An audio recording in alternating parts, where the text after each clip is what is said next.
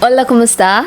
This is your amigang guapa, Zamieca, with a horsey voice. Yes, because over the weekend, I had fever and I also had body aches. Pero ngayon, ubo tsaka sipon na lang. I know what you're thinking. Yes, I got myself tested kanina. Nagpa-swab test ako just to be sure, just to have the peace of mind, you know.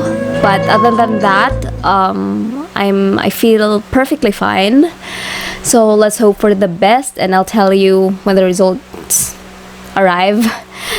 But right now, yes, hi, I'm Zamieca, a science research specialist by day and a true crime enthusiast by my Google search history. Basically, I cover true crimes in hopes to bring awareness, but in style. So if thrifting and true crimes go together in your cup of tea, then I suggest you subscribe on our Tuesday Tribe. Because this is zamieca.manila, your thrift and true crimes channel. Please comment down below if you happen to know someone who does exactly like this, because I'm gonna bet my ass I did this first.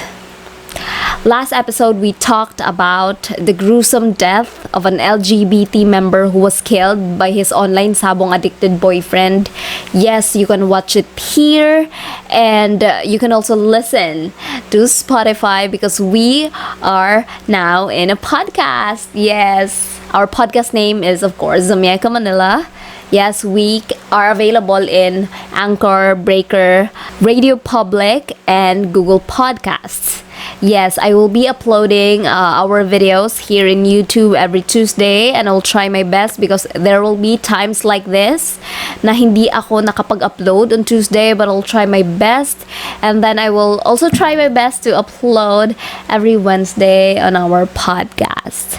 Yes, so just like the previous episodes, this video may contain gruesome details. So, warning. The following video contains graphic materials that may be harmful or traumatizing to some audiences. But my grammar is far more deadly than all the murderers that we will encounter in this channel. If you are a grammar Nazi, you'll die here. But I hope you endure, dear. Viewers' discretion is advised.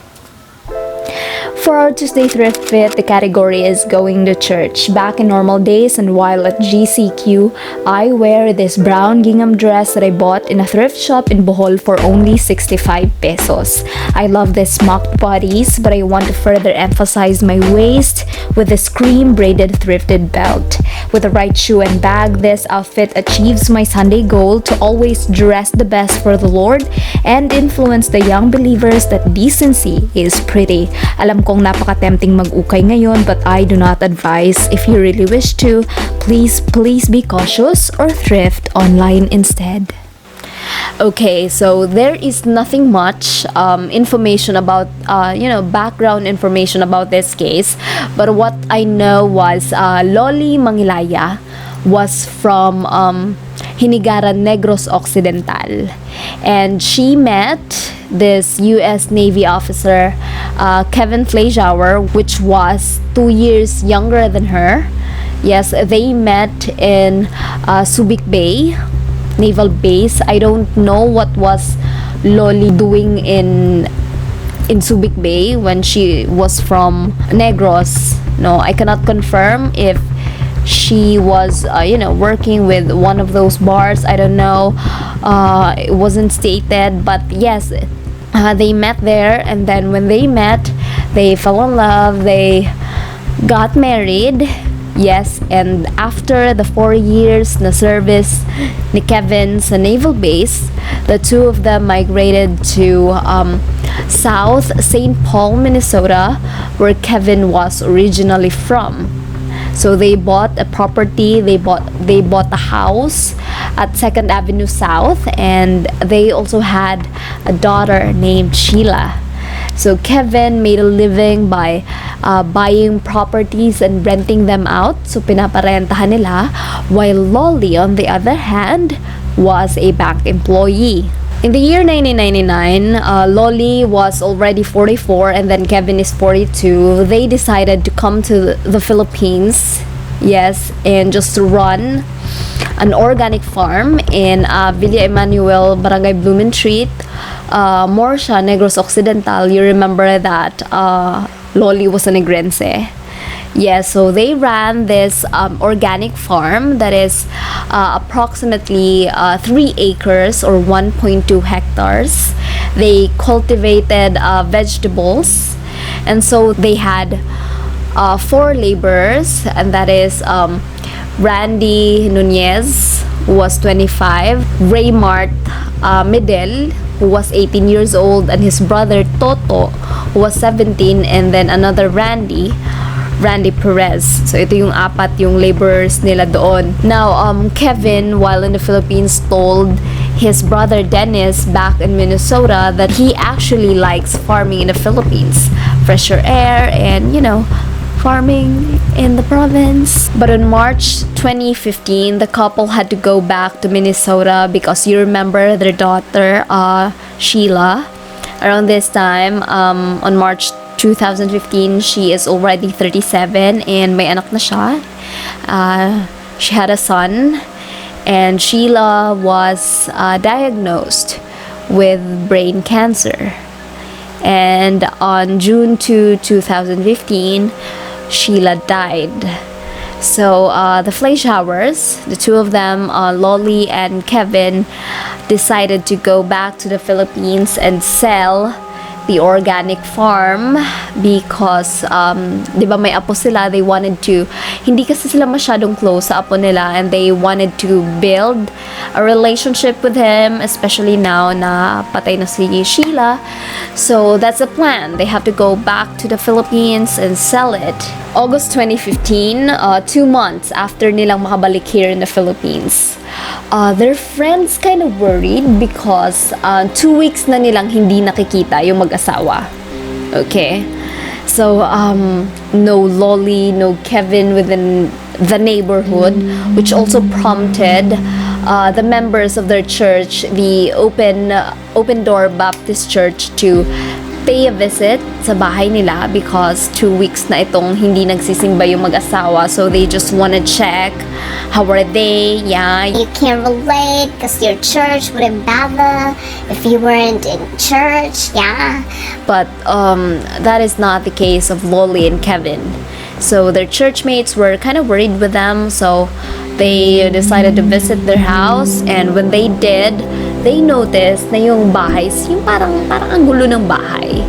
Yes, and then they also noticed that the lock of the front door was damaged. The door of the master bedroom is open, but there is no Lolly, there is no Kevin inside. Yes, and then their Mitsubishi Adventure is also parked within the compound, but then again, there is no Lolly, there is no Kevin. And so this raised a suspicion sa church members, so they called the police for a possible robbery. The police responded, and they found the church members already there looking for the couple. So a search was conducted within the compound, and investigation found that some of the valuable items of the couple were missing. And that was also when the church members noticed na parang may mabaho. Ganun. There is a pungent smell sa farm's well, which is about 30 meters away from the couple's house. When the police looked into the 20-meter deep well, it led to the discovery of the decomposing body of Kevin. Kevin is actually 58 years old during this time, 2015, and his body was recovered on August 16, 2015. And the next day at around 4 p.m., August 17, 2015, the rescuers looked further dun sa loob ng well, and that was when they also found the decomposing body of the 60-year-old Lolly Fleischauer.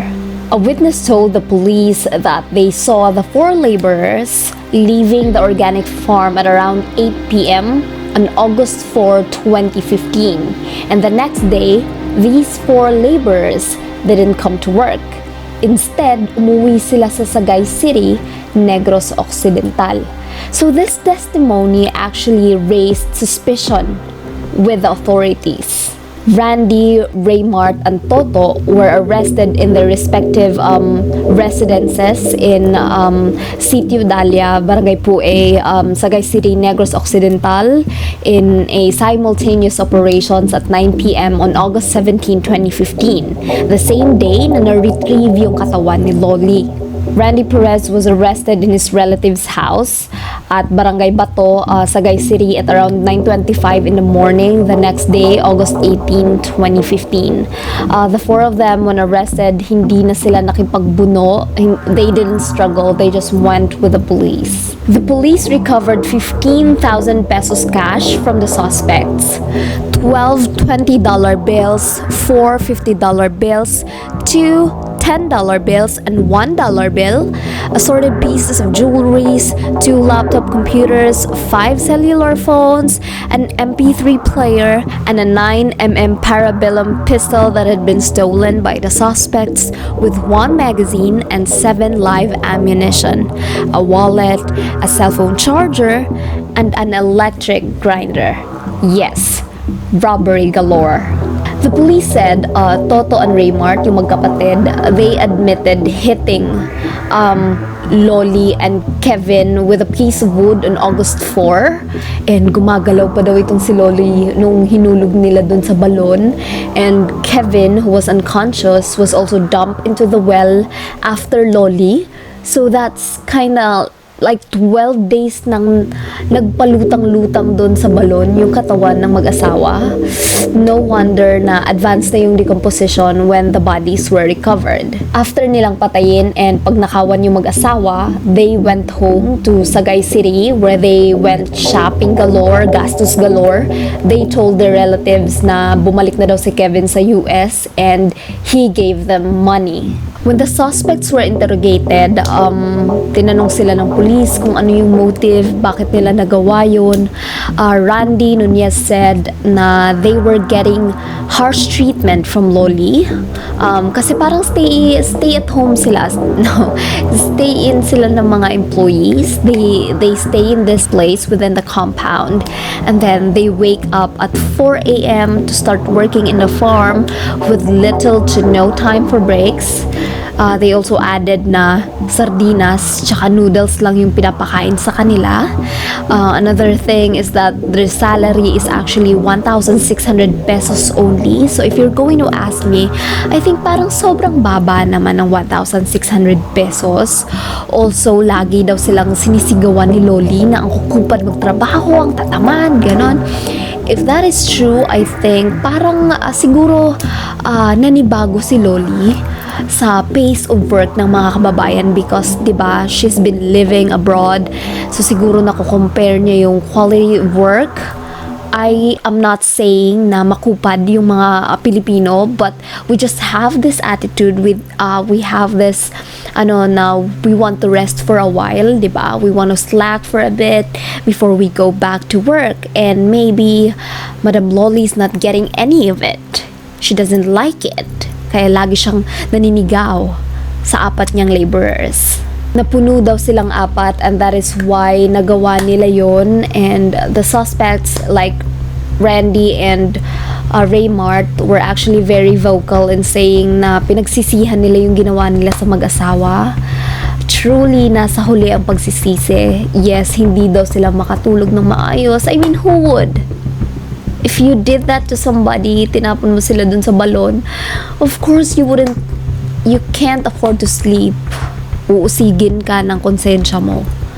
Yes, and yun, homicide and robbery were pressed against the 4 suspects.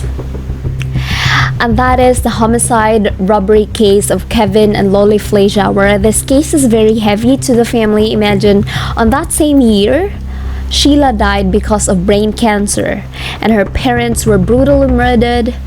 Now I'm thinking of her son, although I think the kid was being taken care of by Kevin's brother and sister, Dennis and Roseanne. I hope the family recovered from this tragedy.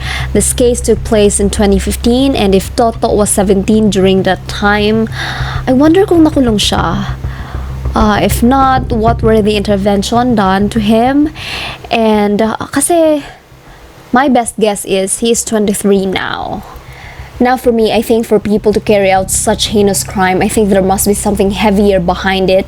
If they weren't happy with their 1,600 na salary, which is I think super mababa naman talaga, edi sana umalis na lang sila, but they didn't. They chose to kill the couple. So I think the maltreatment is possibly true. And if it is very, very sad. And a lot of people also commended na before mo tanggapin yung trabaho, the type of job and then the salary is being discussed by the boss. Hindi mo naman siguro tatanggapin yung trabaho if that is not discussed, right? Although baka hindi nila kinaya talaga yung sardinas tsaka noodles, tapos the outrageous amount of work, plus kung totoo yung verbal abuse ni Lolly. So, I think hindi na talaga nila kinaya, although I'm not saying that that is a valid excuse for them to kill the couple, because it's not. What I'm getting at is we can avoid this case if only we are kinder towards each other, if we are kinder towards our employees. And speaking of kindness, thank you Zambies for being so kind to me, for being so understanding. When I posted na I couldn't film and I couldn't upload a video last Tuesday because I wasn't really feeling good and I need rest. Thank you, Zambies. Thank you very much. Please stay tuned because I'm brewing something. Yes, I will be releasing my lipstick line. Yes, I'm so excited. Yes. So until then, please tell me that your immune system gaming is strong, taste buds fully functioning, so that I'll see you on our next episode. Yes, please get vaccinated, and if you're not registered yet, magpa-register ka na sa Comelec para makaboto ka next election. Alright, so thank you for watching this video, and I'll see you in our next episode.